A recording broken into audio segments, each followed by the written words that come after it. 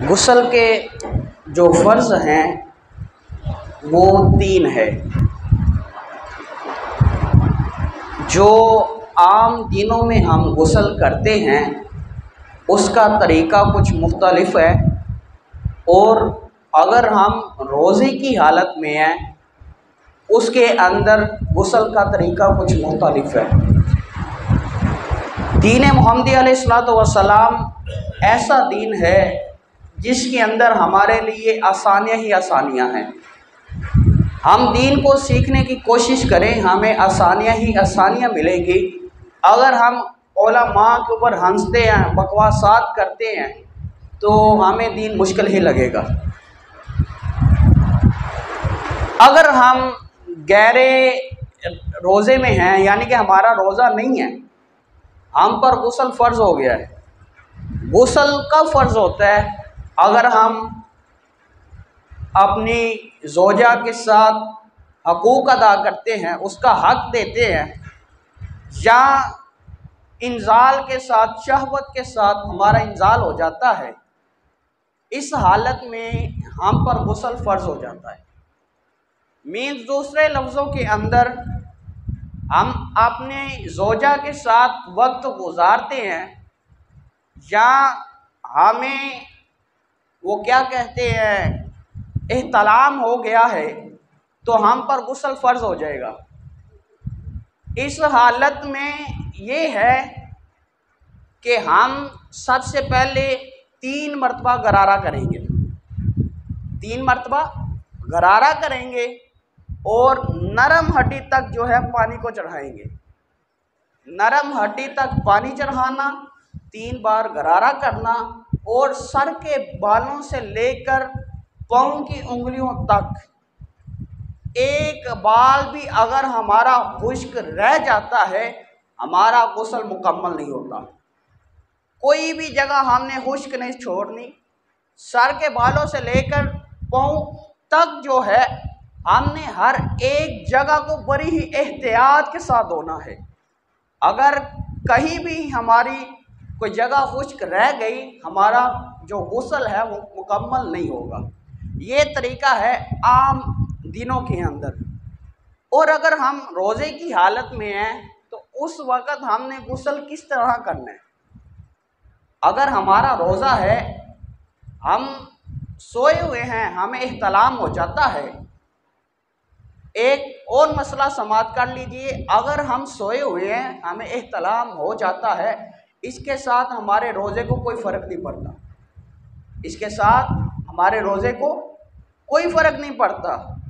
हम जो नाजेबा वीडियोज़ हैं या कोई नाजेबा हरकत हैं वो ना करें, और हमें एहतलाम हो गया तो इसके साथ हमारे जो रोज़ा है उसे कोई फ़र्क नहीं पड़ेगा। और जब हम पर अगर गुस्ल फ़र्ज़ हो गया है, हम रोज़े की हालत में हैं, ज़ोहर का टाइम हो गया, हमने गुस्ल करना है, वो किस तरह करेंगे? हमने जो गरारा करना है और नाक में पानी चढ़ाना है, इन दोनों कामों को छोड़ देना है। ना हमने गरारा करना है, ना नरम हड्डी तक पानी पहुंचाना है।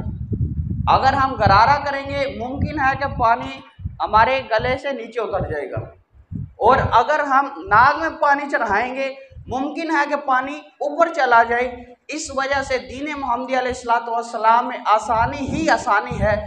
हमारा दीन हमें ये कहता है कि आप रोज़े की हालत में हो, आम दिनों में जिस तरह वज़ू करते हो, वज़ू में जिस तरह कुल्ली करते हो, नाक में पानी डालते हो, इसी तरह कर लो, अल्लाह ताला तुम्हारे गुस्ल को कबूल फरमा लेगा।